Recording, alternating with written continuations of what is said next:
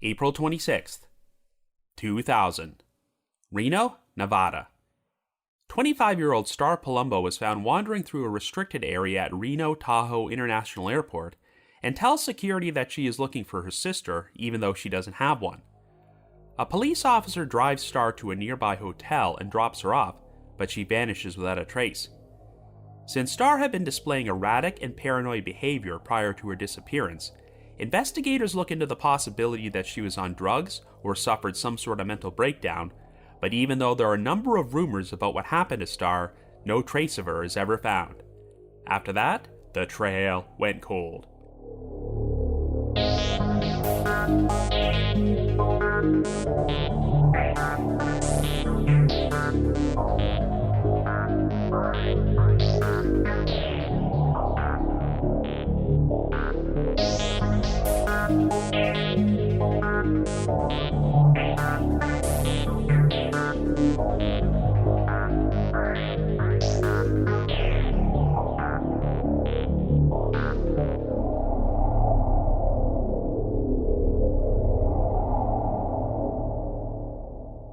Hello everyone, and welcome to our latest episode of The Trail Went Cold. I'm your host Robin Warder, and on this episode, we're going to be covering a pair of missing persons cases that were featured on Unsolved Mysteries: the 2000 disappearance of Star Palumbo and the 1991 disappearance of Selena Edon. While these cases are not connected, the one thing they had in common is that when the two victims originally went missing and their stories were profiled on Unsolved Mysteries, their loved ones were holding out hope that they might still be alive out there somewhere. In fact, one possibility was that each of these victims may have suffered some sort of memory loss and had no idea who they really were. Star Palumbo was a young woman who made the decision to relocate from Arizona to Nevada, but she allegedly developed a drug addiction and may have turned to sex work to finance her habit. Before she went missing, Star had grown increasingly paranoid and seemed convinced that someone was trying to kill her. She would be found wandering through the restricted area at Reno-Tahoe International Airport and told security that she was searching for her sister, but not only was no one out there that night, but Star did not even have a sister. She went missing a short time later, and even though there were a number of unsubstantiated rumors about what might have happened to Star, there have been very few solid leads. Our second victim, Selena Edon, had her life drastically altered when she suffered a terrible motorcycle accident, which left her with such serious brain damage that she struggled with memory issues and had a difficult time living on her own. Things eventually reached the point where Selena told her friends and family that she was leaving town with a woman she just met, and soon broke off all contact with everyone from her personal life. To this day, this mysterious woman has never been identified, and no one can confirm if she even existed. Regardless, since there was no evidence of foul play, Selena's loved ones held out hope that she was still alive somewhere and may have lost her memory and forgotten who she was. Well, even though both of these disappearances got exposure on national television, here we are decades later, and Star and Selena have never been found, and we still don't know what happened to them. So on this episode, I'll start off by sharing Star's story before I move on to Selena's, and then I'll provide my theories and analysis for both cases. However, before we get started, just a quick reminder that The Trail Went Cold is a weekly podcast, which is currently available for download on several platforms, including Apple Podcasts and Spotify. So if you like this podcast, be sure to subscribe to it, and please leave us a rating or review on any of those sites to help spread the word. The Trail Went Cold is on Patreon, so if you would like to learn how to support the show, please visit our page at patreon.com/thetrailwentcold. For as little as $1 a month, you can garner access to exclusive rewards, including stickers and thank you cards, early access to episodes, and bonus content, as our Patreon page has nearly 80 exclusive bonus episodes in our archives, which are not available on our regular feed. So with all that out of the way, let us now start off by exploring the disappearance of Star Palumbo.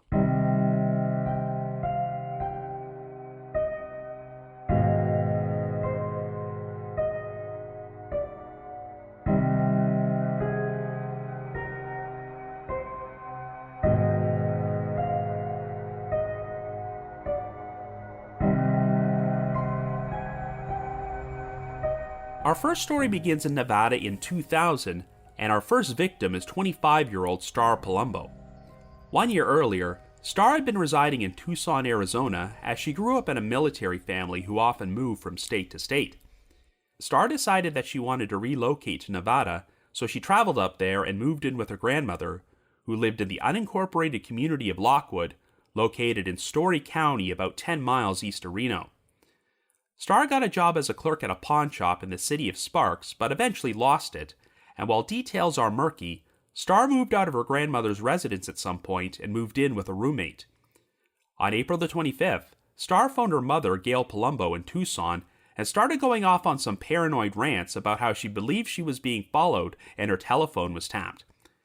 She also made vague comments about how something was going on and she was afraid for her life, but couldn't discuss things any further. In spite of this, Gail still felt that Star sounded like she was in good spirits, as she said she was planning to move back to Tucson in the near future. Even though Star acknowledged that she had made some mistakes, she was ready to clean herself up and start over. The phone call soon ended, but this turned out to be the last time that Star's family ever heard from her. Shortly after midnight on April the 26th, Star was spotted wandering through a restricted area of Reno-Tahoe International Airport, and she appeared to be disoriented and confused. When airport police were informed about this, an officer soon found Star hiding behind a truck. After she told the officer her name, Star claimed that she was looking for her younger sister, who was supposedly running around on the tarmac. A search was performed, and no other people could be found on the runway, but what the officer did not know at the time was that Star did not even have a sister. Even though the officer did not believe Star's story, and she failed to provide an alternate explanation for being in the restricted area, he did not think that Star had any criminal intent, so instead of taking her into custody, he gave her a ride from the airport. He soon dropped her off by the parking valet area at the nearby Reno Hilton Hotel and Casino, and Star was last seen heading towards the entrance at around 1:30 a.m. But unfortunately, this would turn out to be the last time that Star was confirmed to be alive.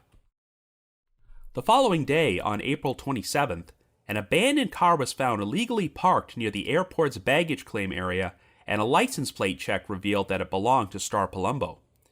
The car was impounded and searched, and it contained a number of Star's personal possessions, including her cell phone and purse, which contained $600 in cash.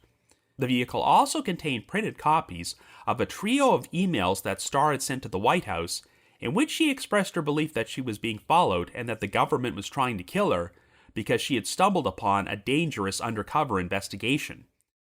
In addition, there were also 2 books about how to change one's identity, as well as a drawing of a young woman who appeared to be bound and gagged and was accompanied by the words, quote, "I didn't know we were forced to have Jack-in-the-Box." Star never resurfaced in order to claim her vehicle, and on May the 6th, her grandmother officially reported missing to the Story County Sheriff's Office. By this point, Star had not lived with her grandmother for a month, but since it was uncommon for Star to go 10 days without communicating with her, she became concerned enough to contact law enforcement. Investigators soon learned about Star's encounter with the airport police, but even though she had been dropped off at the Reno Hilton Hotel and Casino, there was no record of her having checked in there. Star's parents traveled from Tucson to Reno in order to search for her and distribute missing persons flyers, which would be circulated throughout the state of Nevada. The investigation was eventually turned over to the Reno Police Department, and when they spoke to Star's friends, they heard that she had fallen in with a bad crowd and became involved in drugs, particularly methamphetamine. Things reached the point where Star's income could no longer support her drug habit, and after she lost her job at the pawn shop, she allegedly turned to sex work in order to earn money. When police searched Star's phone books, they found references to a number of different men, but it was unclear who some of them were, and if Star might have become involved with them through her sex work. Star's behavior also became increasingly paranoid and erratic, as she had apparently started to believe that her roommate was an undercover cop. Star also left behind a journal which contained passages like, quote, "I just found out that the world is made up of lies and deception, and I really feel robbed of my life. At this moment, I am alone and need help." End quote. Unfortunately, it was very difficult for investigators to turn up any conclusive evidence of what happened to Star. At one point, Reno PD Sergeant Randy Saulnier told the media, quote, 30 different people have been contacted and they all have conflicting stories, end quote.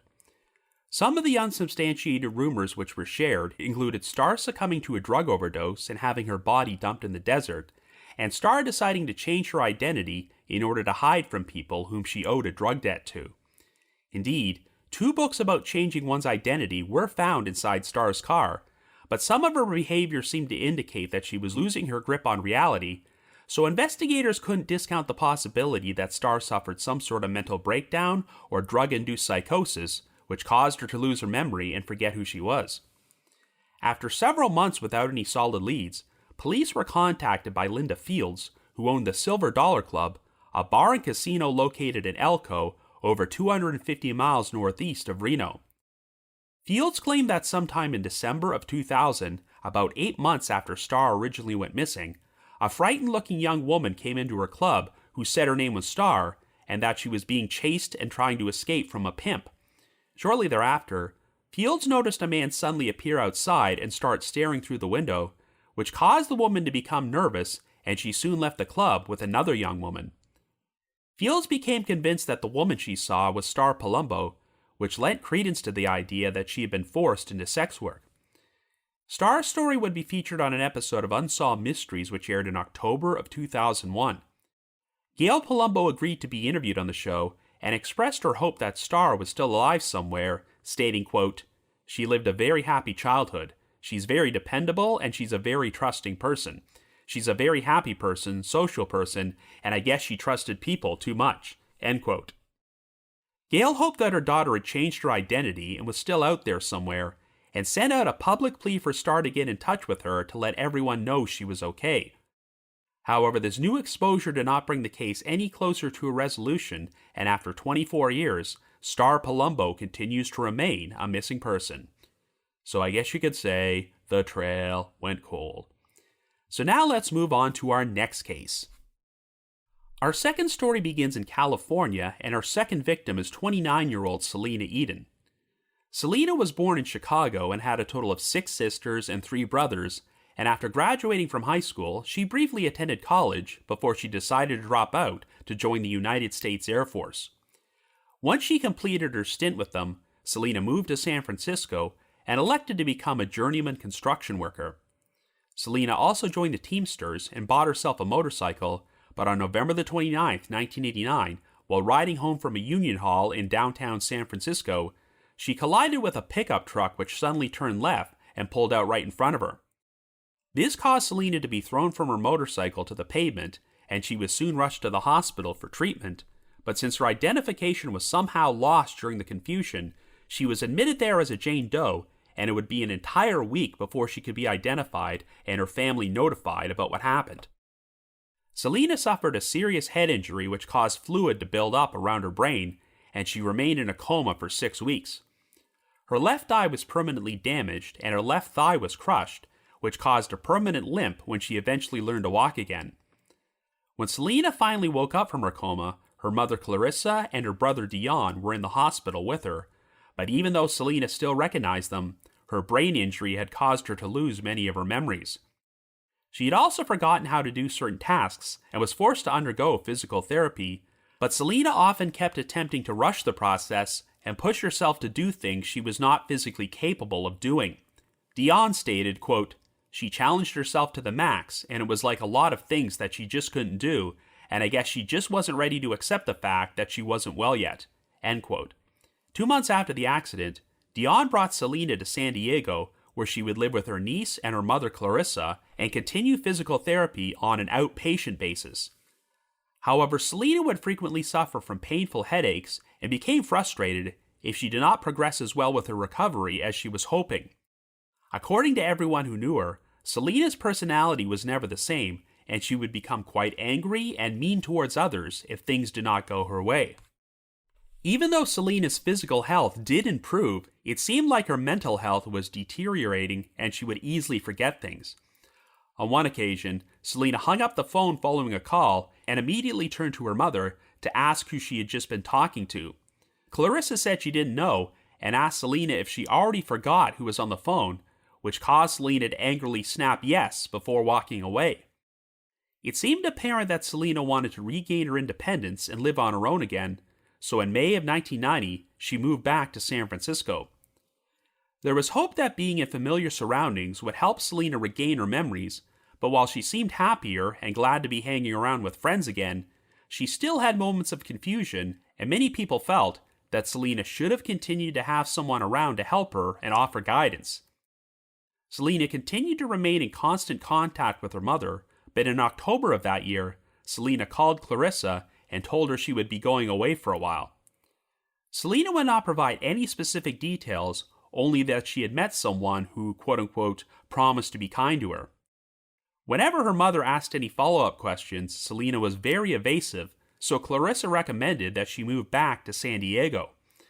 Selena assured her that everything was fine and said that she would be in touch again in a month or two, but after she hung up, Clarissa never heard from her daughter again. Selena did not make any further contact with her family and friends, but one friend named Tracy Cavaretta would also claim that Selena told her she was leaving for a while. While Tracy could not remember the exact destination, she said that Selena was planning to travel to somewhere in the Midwest and would be living with a woman she had recently met. But according to Tracy, Selena did not provide her with any information about this woman, not even her name, and her decision to leave seemed very haphazard. When Selena could not be found, she was officially reported missing to the San Francisco Police Department. Selena's family hired a private investigator to search for her, but even though she had told people she was leaving town, the investigator would uncover a number of reported eyewitness sightings of Selena in San Francisco's Tenderloin district. In spite of this, he was unable to find Selena or turn up any evidence to confirm she had been there. Now, there is some confusion about the last time Selena was confirmed to be alive, as even though her final phone call to her mother took place in October of 1990, a lot of missing persons websites out there, including NamUs and the State of California Department of Justice website, list the date of her disappearance as October the 28th, 1991. And some websites, including the Charlie Project and the Doe Network, state that she was last seen at a hospital in San Francisco on that date. In addition, on New Year's Eve of 1991, a close friend of Selena's named Lori Gallagher supposedly received a garbled message from her on her answering machine, though the contents of this message are unclear. Selena's family would eventually submit her story to Unsolved Mysteries, and while the show ordinarily did not feature cases about adults who chose to separate from their family and friends, they decided to make an exception with Selena, since there was a possibility that she was not in her right frame of mind and had lost all memories of her loved ones. A segment was produced about Selena's disappearance, and it would be featured on an episode which aired in February of 1994. Clarissa and Dion were both interviewed on the show and made a public plea for Selena to contact them to at least let everyone know she was okay. The show also mentioned that a lawsuit had been filed in Selena's name regarding her motorcycle accident, but it could not proceed until she was found. Unfortunately, it does not appear that the exposure on Unsolved Mysteries led to any new leads about Selena's whereabouts, and her story soon faded from the spotlight. Tragically, 3 of Selena's sisters, Paulette, Deborah, and Nada, have since passed away, but if you look up Nada's online obituary from March of 2019, it lists Selena as one of the relatives she was being survived by. But after 3 decades, there are still no conclusive answers about what really happened to Selena Edon. So I guess you could say the trail went cold.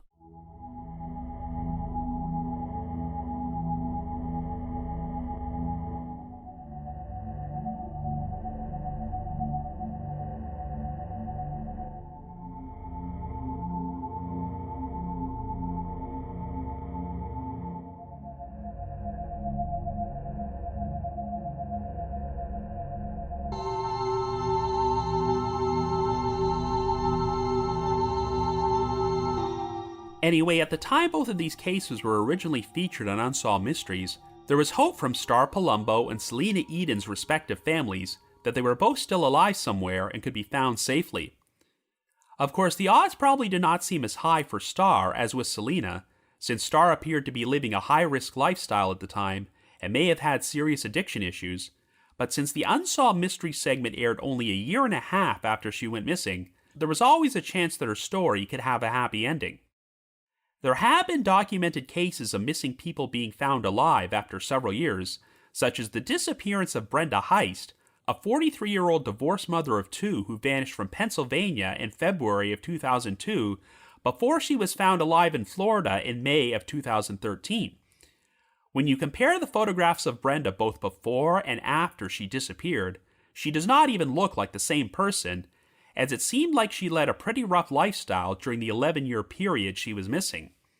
In spite of this, Brenda did persevere and survive, so I suppose you cannot give up hope for someone like Star Palumbo, but since it's now been 24 years since she originally disappeared, the odds of Star still being alive are obviously not great. Now, the disappearance of Selena Edon is a bit more complicated, because even though she had been missing for over 3 years by the time she was featured on Unsolved Mysteries, there was nothing to indicate that she was endangered, as she told people that she was leaving town with an unidentified woman before she broke off all contact. Granted, we don't know if Selena's story was true, and even if it was, this mysterious woman could have taken advantage of Selena in her vulnerable state and done something to her. But Selena said this person promised to be kind to her, so maybe she lucked out and really did find someone compassionate who helped take care of her. And since Selena had serious memory issues due to her brain injury, perhaps the reason she never contacted her family and friends is because she completely forgot about them. We're going to talk more about Selena's disappearance later on, but let's start off by discussing Star's case. Unfortunately, we really don't know all that much about Star as a person, but during our Unsolved Mysteries interview, Star's mother Gail described her as a happy, dependable, and trusting person, though it seems like something may have gone horribly wrong after she relocated from Arizona to Nevada. However, you can find a post about this case on the Unresolved Mysteries subreddit, which was written over 7 years ago by a poster under the username A Standard Toaster. They claim they were able to look up some Arizona court records and learn that Star had been arrested and convicted of a number of petty crimes while living there. So for all we know, perhaps this played a role in Star's decision to move to Nevada. We know that Star lived with her grandmother for a while and moved out about a month before she went missing, but we really don't have any details about this. It's been reported that Star had started using drugs, particularly methamphetamine, but did her grandmother find out about this, leading to a rift in their relationship? None of the sources I found have made it clear where exactly Star was living at the time she went missing, though one article mentioned that she had a roommate, and Star had become paranoid that this person was an undercover cop. We know it was Star's grandmother who reported her missing to the police 10 days after she was last seen, but did this roommate or anyone else from Star's personal life notice she was missing or express any concern for her well-being? During her final phone call with her mother, Star almost seemed to contradict herself as she expressed a desire to move back to Arizona, get clean, and turn her life around, yet at the same time rambled on about how she was being followed, her phone was tapped, and her life was in danger. It may very well be true that Star was in danger, but since she had been sending emails to the White House about the government trying to kill her, I think it's apparent she was suffering from paranoid delusions which may have been caused by her drug usage. And of course, the fact that Star was soon found wandering around an airport looking for her non-existent sister is a very bad sign. Now, we know that an airport police officer drove Star to the nearby Reno Hilton Hotel and Casino, which was the last time she was confirmed to be alive, and if you search online discussions about this case, you'll find some criticism directed towards the officer for not doing more to help her, as well as accusations that he may have even been responsible for her disappearance. Well, I'm certainly not going to make that claim, as there's no evidence the officer was involved, and I do think this is one of those hindsight is 20/20 scenarios where, at the time, the officer probably felt they were doing the right thing in giving Star a break. This was still over a year before 9/11, and I think that if Star was found wandering in the restricted area of an airport today, she would probably be detained. But at the time, the officer did not believe that Star had any criminal intent and was not a danger to herself or anyone else, so he decided to let her go and give her a ride. And it's not like he dropped Star off in the middle of nowhere, as he may have figured she would be safe if he took her to the hotel. Since Star never checked in there, it's unclear if this location had any significance or if she might have been planning to meet someone. But of course the big question is, what was Star doing at the airport to begin with? To be fair, even though Star claimed she was looking for her sister, We don't know if she legitimately believed she had a sister at that point, as she may have just dreamed that up as a cover story to avoid sharing the real reason why she was there. But the part that really confuses me is that Star's abandoned car wound up being discovered at the same airport. If she used it to drive herself there, then why did she need a ride? Of course, you could always chalk that decision up to Star not being in her right mind, but she was found wandering at the airport shortly after midnight on April the 26th, and the car was not discovered until the 27th. So theoretically, Star or someone else could have driven it back there after she was dropped off at the hotel. Many of Star's personal items were found inside the vehicle, including her purse, which contained $600 in cash, and that detail is particularly troubling. Since Star was unemployed and had allegedly turned to sex work in order to support her drug habit, I don't see her just leaving $600 behind, so this could be a sign that something bad happened to her.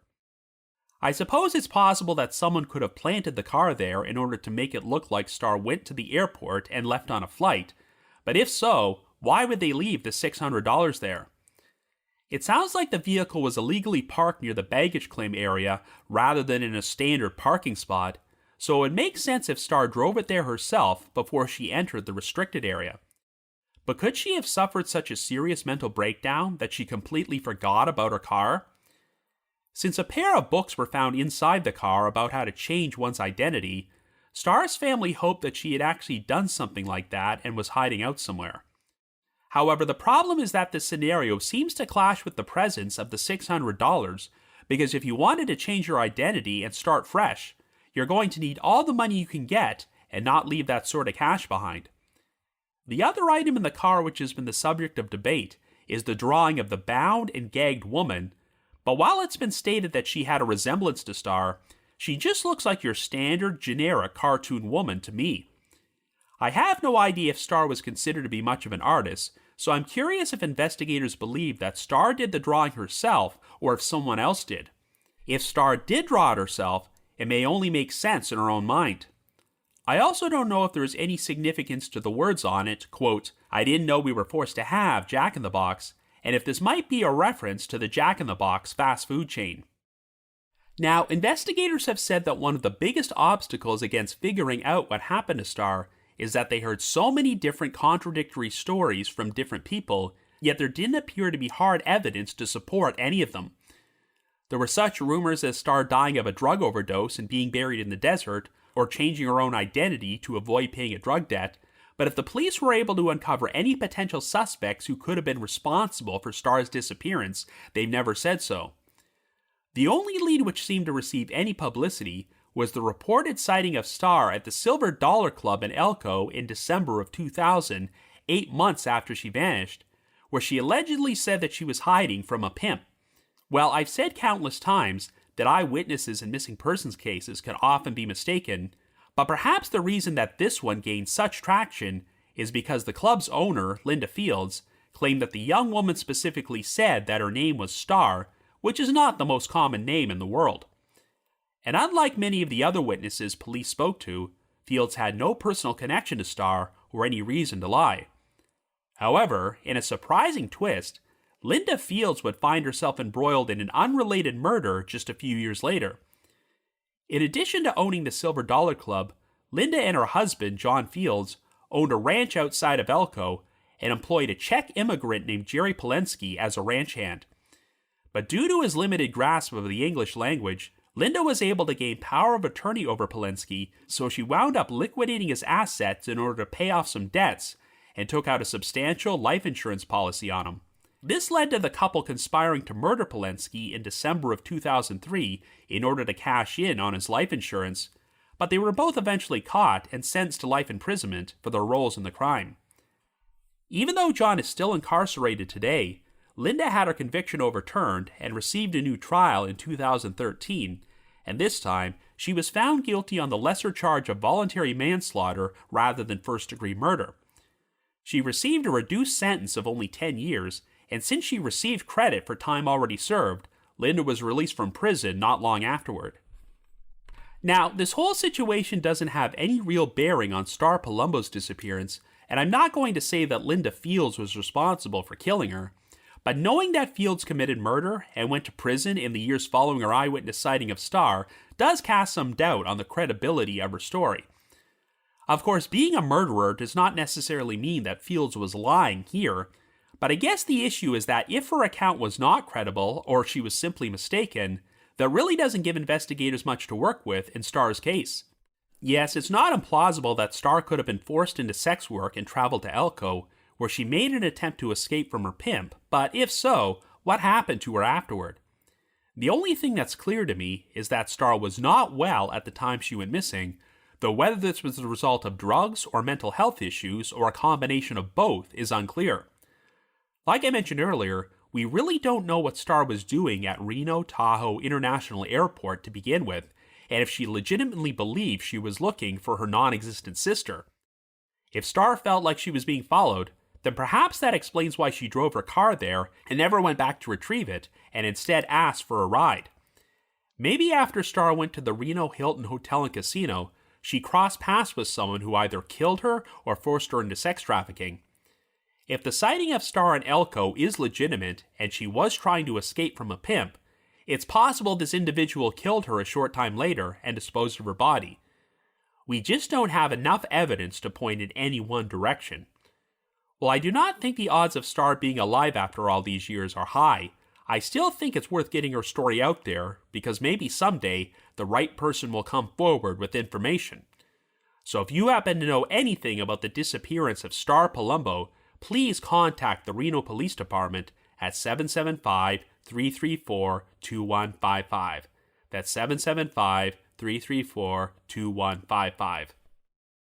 Now, moving back to Selena Edon's case, if you were to compile a list of missing persons featured on Unsolved Mysteries who might still be alive today, or at the very least, were alive for a lengthy period of time after they originally vanished, Selena's name would be right at the very top. This sort of thing is not unprecedented, as Unsolved Mysteries once profiled the disappearance of a woman named Patricia Carlton, who went missing from Houston, Texas in January of 1971.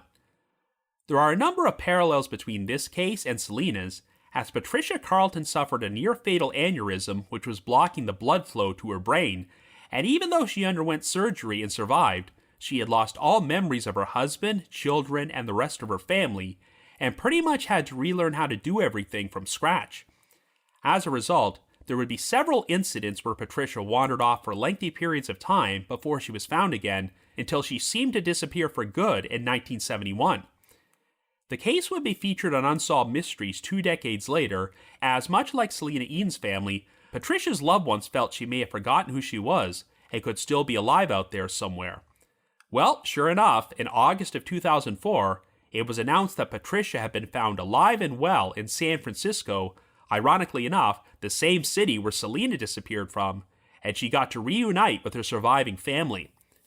For privacy reasons, few details have been released about how exactly Patricia wound up there, but she did apparently suffer another stroke at some point, which caused her to experience additional memory loss. But the point is that Patricia was found alive 33 years after she originally went missing, and well, since Selena has also been missing for 33 years at the time of this recording, I suppose we shouldn't give up hope that history could repeat itself. All we really know about Selena's disappearance is that she claimed she was leaving town with an unidentified woman. If Selena was telling the truth, she could have crossed paths with someone who took advantage of her, but she also could have found herself in the company of a kind, generous person who was able to provide her with the care and assistance she needed to live a functional life. I think one of the biggest issues that Selena was facing is that she had always been a very independent person who pretty much marched to the beat of her own drummer, but when she got into her motorcycle accident and suffered a debilitating brain injury, she needed frequent supervision, and I think that really frustrated her. I'm not sure if Selena was able to obtain employment following the accident, but she had been a journeyman construction worker, and I think it would have been difficult for her to continue on in that field with her injuries. So unless she became a transient and started living on the streets, I don't see how Selena would have been able to start a new life elsewhere without assistance. Now, if you go to the Unsolved Mysteries message board at the Sitcoms Online forum, you'll find a post there from 2008 by someone under the username G. Spencer, who claimed they had been stationed with Selena at Travis Air Force Base in California, and that Selena once confessed to them that she was gay. Of course, the Unsolved Mysteries segment never mentioned anything about Selena's sexuality, and in most cases, it would not be relevant. But if Selena was lesbian or bisexual, this could explain why she would make the spontaneous decision to leave town with a woman she just met. We really don't know all that much about Selena's personal life, but this was the early 1990s, when people were far less accepting of those who came out. While it does sound like Selena had a loving and supportive family, I find it interesting that she told her mother that she had quote-unquote met someone who promised to be kind to her, but never actually mentioned that it was a woman. It was only during a conversation with her friend Tracy when Selena specifically said that she had met a woman and they were leaving together. If Selena was in a relationship with another woman and did not think her family would accept this, that could explain why she never contacted them. But of course, that's all just pure speculation, as we don't have any independent corroboration that this woman actually existed. Selena did tell her mother that she would be in touch again in a month or two, and maybe she did plan to contact her after she was settled into her new home, but then her memory issues worsened and she legitimately forgot who her family was or how to contact them. After all, she was at the point where she could talk to people on the phone and then immediately forget who she was speaking to after she hung up. There is a bit of confusion about the last time Selena was confirmed to be alive, as the Unsolved Mysteries segment said that she made her last phone call to her mother in October of 1990, but most of the missing persons websites out there state that she was last seen on October 28, 1991. I guess it's possible that Unsolved Mysteries got the year wrong, because I'm wondering where Selena would have been during that 1-year gap.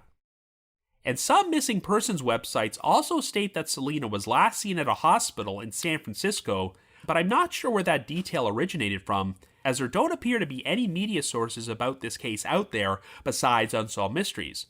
I'd like to hear more context about this alleged hospital sighting and whether it was confirmed to be Selena, or if this was just an account from another witness who may have been mistaken. Selena also apparently left a garbled answering machine message with her friend Lori Gallagher on New Year's Eve in 1991, but the audio of this message has never been released publicly, and we have no idea what exactly Selena may have said, as the detail about the message was only briefly mentioned by Robert Stack at the end of the Unsolved Mysteries segment. Since it was described as being garbled, I wonder if they were able to make out anything that the caller said, but if not, how could anyone be certain that the caller was Selena? This makes me wonder if she specifically said something during the message to prove it was her, but I do find it odd that Selena would phone Lori and not try to contact her mother or anyone from her family. If she was suffering from memory issues and forgotten a lot of details about her life, could she have subconsciously remembered this one random phone number from her past and decided to call it? Now, one possible issue with the theory of Selena moving away with a woman is that she apparently told her friend Tracy that they were planning to go to the Midwest, but in the months following her disappearance, there were numerous eyewitness sightings of Selena in the Tenderloin district of San Francisco.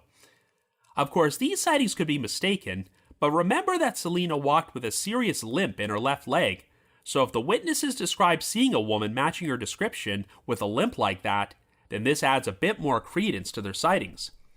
The Tenderloin district is known for being an area with a high level of crime and homelessness, so if Selena really was there, then that could be a sign that she was living on the streets at that point and perhaps had no memory of who she was. But if so, could this mean that Selena's story about the woman was real and the relationship just didn't work out? Or was it a cover story she dreamed up because she was actually planning to do something else? Well, here's where the situation gets even stranger. If you go to the Unresolved Mysteries subreddit, you'll find a thread from 5 years ago by a poster under the username DJHJR86, who checked out the website TruePeopleSearch.com, which is one of those sites that collects and shares people's contact information, and it contained a listing for an address in Chicago for someone named Selena Edon. This woman's birth date was listed as March of 1962, which matched Selena's birth date, and had previous addresses for San Francisco and San Diego. There was also a section titled Possible Relatives, which contained a separate listing for Clarissa Edon, Selena's mother, and it showed her as living at another address in Chicago, only 2 miles away from the address listed for Selena Edon. In the interest of privacy, I'm not going to share these addresses, and if you go to Clarissa Edon's profile page now, her current address is changed, and it now lists her as having lived in Virginia since 2020. Needless to say, since Selena and Clarissa Edon are not the most common names in the world, there's no reason to think these are not the same people. Theoretically, if Selena had been found alive at some point, it would make sense that she might wind up living in Chicago since that was her birthplace. It also makes sense that her mother might have felt inclined to relocate to Chicago and move into a nearby residence in order to be close to her daughter and keep an eye on her. This really makes you wonder if Selena could have been found alive, and for privacy reasons, that information was never released publicly. However, at the time of this recording, Selena is still currently listed on all the missing persons websites out there, as well as the Unsolved Mysteries website, so there's nothing to indicate that her case has been solved. I know that there are a number of older Unsolved Mysteries segments which are no longer available for viewing on their official FilmRise channel for what they've described as quote-unquote legal reasons, so if Selena was found safely and they wanted to protect her privacy and keep her story out of the spotlight, I have to think that FilmRise would not be showing her segment anymore. And if they did, they would at least add some sort of text update at the end.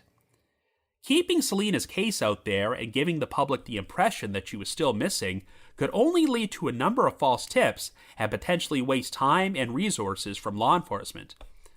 I know that when Patricia Carlton was found alive, they didn't reveal too many specific details in order to maintain her privacy, but they still shared an update on Unsolved Mysteries and all the missing persons websites to confirm that her case was solved. Now, there are many websites out there like TruePeopleSearch.com which share people's addresses and phone numbers as they obtain and compile this data from the public domain, but they're never 100% accurate and sometimes post outdated information. I can tell you that when I've done research on previous cold cases, I found the names of missing and murdered victims at True People Search, and it will still list their last address as their current address and give off no indication that they are now deceased. So for all we know, maybe the so-called current address the site has listed for Selena was for a residence where she had previously lived in Chicago long before she vanished. Whatever the case, I am continuing to operate under the assumption that Selena is still a missing person. It's now been 30 years since her story was featured on Unsolved Mysteries, and I'm not sure if law enforcement has ever received any substantial tips since then to suggest Selena is still alive. If she did become a transient who wound up living on the streets of San Francisco, then the odds of her still being with us after all these years are not high. But the best case scenario is that Selena was telling the truth and really did meet someone who helped take care of her and provide her with a good life, and she's still alive somewhere today at the age of 62. Like I mentioned earlier, Patricia Carlton was found alive after being missing for 33 years, so until Selena is confirmed to be deceased, we should never give up hope. So if you happen to have any information about the disappearance of Selena Edon, please contact the San Francisco Police Department at 415-553-0123. That's 415-553-0123. Now the reminder that The Trail Went Cold is on Patreon, so please visit patreon.com/thetrailwentcold to learn how you can support our podcast and become eligible for some pretty neat rewards. Over the past 6 years, our Patreon page has released nearly 80 exclusive bonus episodes, which are all currently available in our archive for our patrons in tiers 2 and 3. This past month, I released a bonus episode about a very odd story from Unsolved Mysteries involving a young mute woman named Lucy, who was discovered to be wandering the streets of California in 1992 with no information about who she was, and as far as I can tell, she has never been identified. I've also dropped an exclusive bonus episode from my spin-off podcast, The Path Went Chilly, in which myself and my two co-hosts, Jules and Ashley, cover an unsolved cold case from Massachusetts, the 1995 murder of Deanna Kremen. And for our patrons in Tier 3, I've recorded another new audio commentary track, which can be played over a classic episode of Unsolved Mysteries, and we now have over 60 of these commentary tracks in our archives. I wanted to remind everyone that in just over 2 weeks from now, The Trail Went Cold will be traveling to London to appear on Podcast Row at the CrimeCon UK event, which is taking place at 133 Houndsditch on September the 21st and 22nd. If you would like to purchase tickets, we have a specialized promo code to get a 10% discount, so please visit crimecon.co.uk and use the promo code COLD24. Once again, that's crimecon.co.uk, and the promo code is COLD24 for 10% off tickets. I just wanted to give another shout out to my supporters at the Unsolved Mysteries message board at the Sitcoms Online forum and the Unresolved Mysteries subreddit. I need to provide a big thanks to Miguel Foote, who edits and assembles this podcast together for me, and Vince Nitro, who composed the eerie music you hear on every episode. If you haven't already, you can like us on Facebook, follow us on Twitter and Instagram, or leave us a rating or review on Apple Podcasts or Spotify. So have yourselves a great week and join us next Wednesday for another brand new episode of The Trail Went Cold.